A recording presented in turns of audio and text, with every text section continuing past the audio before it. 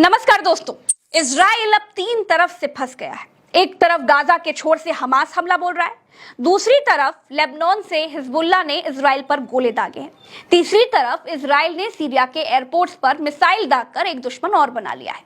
दोस्तों, आज की मौजूदा स्थिति में इजराइल तीन देशों से युद्ध लड़ रहा है। पहला फिलिस्तीन, दूसरा लेबनान और तीसरा सीरिया। अब बीच लड़ाई में भारत ने भी फिलिस्तीन का समर्थन कर दिया है। किसी भी समय युद्ध में अब ईरान की एंट्री हो सकती है, और अगर ईरान की एंट्री हो गई तो फिर ना चाहते हुए भी अपनी रक्षा के लिए जॉर्डन, टर्की और इजिप्ट को भी इसमें कूदना पड़ेगा। और खाड़ी देश जब इजराइल के खिलाफ एक हो जाएंगे तो इजराइल में हवा भरने वाले अमेरिका और उसके मित्र देशों को इजराइल के समर्थन में खड़ा होना पड़ेगा। और जब विश्व मित्र और शत्रु देशों में बढ़ जाएगा तब जो युद्ध होगा वो विश्व युद्ध कहलाएगा और दुनिया इसे तीसरे विश्व युद्ध के नाम से जानेगी। दोस्तों, जो लोग ये कहते हैं कि इजराइल बड़ा दूध का धुला है, तो ऐसा नहीं है। इजराइल की नीति हमेशा से विस्तारवादी रही है। पहले भड़काओ, उकसाओ, फिलिस्तीनियों को डराओ, धमकाओ, उसके बाद अगर फिलिस्तीनी रिएक्ट करें तो फिर हमला बोल करके उनसे उनकी जमीन हड़प जाओ। शुरू से लेकर के अब तक का आप इतिहास अगर पढ़ेंगे, देखेंगे तो आपको बिल्कुल यही वाला पैटर्न मिलेगा। दोस्तों, अब सीरिया को ही आप ले लीजिए।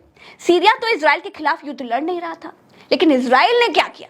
इजराइल ने सीरिया के 2 एयरपोर्ट्स पर रॉकेट दागकर उनको तहस नहस कर दिया। अगर विश्व बिरादरी इजराइल से ये पूछे कि ये करने का हक इजराइल को किसने दिया? अमेरिका से खैरात में अगर हथियार मिल रहे हैं तो क्या जिधर मुंह करोगे, जिधर मुंह घुमा लोगे, उधर रॉकेट मार दोगे? ऐसा है क्या? इजराइल की लड़ाई तो हमास से थी, लेकिन हमला सीरिया पर कर दिया। सीरिया समाचार एजेंसी सना के मुताबिक सीरिया के 2 एयरपोर्ट्स पर इजराइल ने रॉकेट दागे हैं, जिससे एलेप्पो एयरपोर्ट और दमिश्क इंटरनेशनल एयरपोर्ट्स बुरी तरह से बर्बाद हो गए। इजराइल के चैनल 12 ने भी इसकी पुष्टि की है। सीरियाई समाचार एजेंसी का क्या कहना है वो भी सुनिए। इजराइल गाजा के निर्दोषों के ऊपर मिसाइलें बरसा रहा है, आम लोगों को मार रहा है, अपने पाप छिपाने के लिए, गाजा की तरफ से दुनिया का ध्यान हटाने के लिए और फिलिस्तीन के हाथों होने वाले भारी नुकसान को छिपाने के लिए सीरिया पर हमला एक हताश प्रयास है। हालांकि इसका जवाब भी इजराइल को मिलेगा।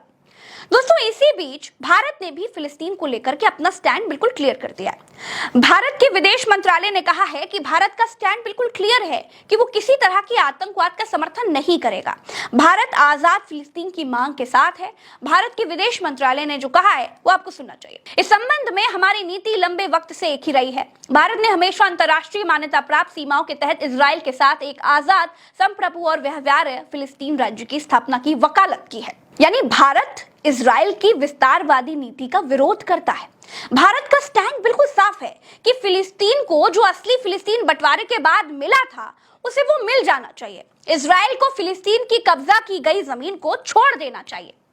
इजराइल और फिलिस्तीन के बीच आज युद्ध का 7वां दिन था और इन 7 दिनों में इजराइल के अखबार भी कैसे इजराइल के खिलाफ हो गए हैं, आपको वो भी देखना चाहिए। एक इजरायली अखबार हारेट्स है, ये हमास और इजराइल वॉर को लेकर नेतन्याहू को जिम्मेदार बताते हुए क्या लिखता है, जरा देखिए। Netanyahu must go now, not after the Gaza war. 9 अक्टूबर को एलोन पिंकर्स ने क्या लिखा वो सुनिए। इजराइल के प्रधानमंत्री बेंजामिन नेतन्याहू को इसी वक्त पद से हटा देना चाहिए। इसके लिए युद्ध, करप्शन ट्रायल या चुनाव का इंतजार करने की जरूरत नहीं है। इस आशंका को लेकर पर्याप्त सबूत हैं कि हमास के खिलाफ युद्ध में उनके फैसले व्यक्तिगत, कानूनी और शुद्ध राजनीतिक विचारों से प्रेरित होंगे। लेबनान से लेकर चीन तक के मामलों में वो बिल्कुल बुरे प्रधानमंत्री साबित हुए।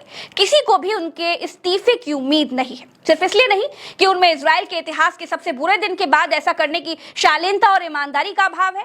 इसकी वजह उन पर लगे आपराधिक आरोप भी हैं। उन्होंने सारी वैधता खो दी है और उन पर भरोसा नहीं किया जा सकता। फिलिस्तीन से छपने वाले अखबार और अरब देशों से छपने वाले अखबारों पर भी एक नजर आपको देखना चाहिए। इन अखबारों ने भी युद्ध का विलेन नेतन्याहू को ही बताया है और सवाल उठाए हैं कि जब इजराइल के पास दुनिया में उन्नत मानी जाने वाली मोसाद जैसी खुफिया एजेंसी थी, जब गाजा पट्टी से लगातार उनका संघर्ष चलता रहता है, तो फिर 5000 मिसाइलों से हमास ने हमला कर दिया और इजराइल को कानो कान खबर तक नहीं लगी। ऐसा कैसे हो सकता है? क्या इसके पीछे कोई राजनीति थी या फिर मिली भगत थी? दूसरा कारण यह भी है कि इजराइल का डोम सिस्टम बहुत उन्नत है। यह हवा में ही इजराइल की तरफ आने वाली मिसाइलों को मार देता है। दोस्तों, आपको जानकर हैरानी होगी कि इजराइल अपने डोम सिस्टम पर इतना खर्च करता है जितनी फिलिस्तीन की जीडीपी भी नहीं होगी।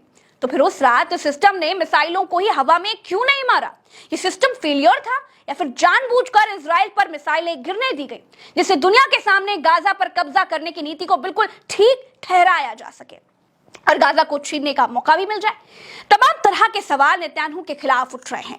अब सवाल यह भी है कि नेतन्याहू अगर इतने महान प्रधानमंत्री हैं तो फिर वो गाजा के निर्दोष लोगों को बिजली, पानी और इंटरनेट की सेवा क्यों नहीं दे रहे हैं? उनके लिए बिजली, पानी और इंटरनेट की सेवा क्यों काट दे रहे हैं?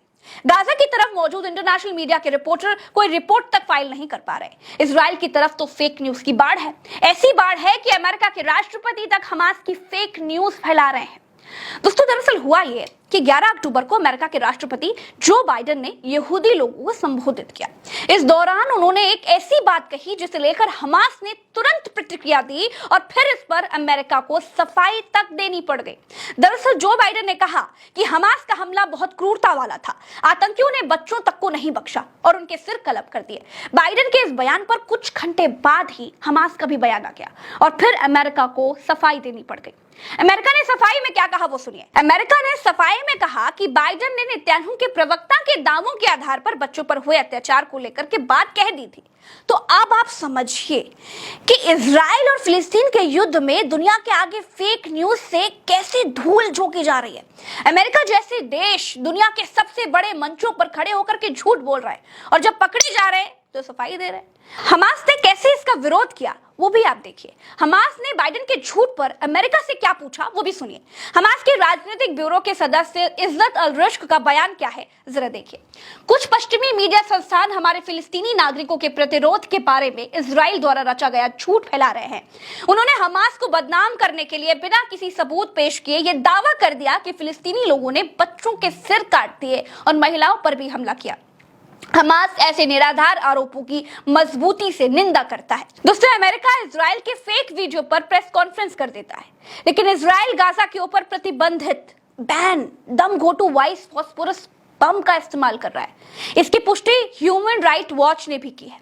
अब इस पर अमेरिका का मुंह नहीं खुलता है, अमेरिका के मुंह पर ताला लगा हुआ है। तो कुल मिलाकर अमेरिका और इजराइल दोनों गाजा के ऊपर कब्जा चाहते हैं। ये कब्जा बिना युद्ध के हो नहीं सकता था और युद्ध के लिए कोई कारण चाहिए था और युद्ध बिना उकसावे के और दूसरे की कार्रवाई को नजरअंदाज किए बिना हो नहीं सकता था। वरना ऐसे कैसे हो सकता है कि 5000 मिसाइलें दागी गई, कहां से लाई गई, कहां रखी गई, कहां से चलाई गई, किसी को कुछ अता पता ही ना चले। ना मोसाद को, ना CIA को।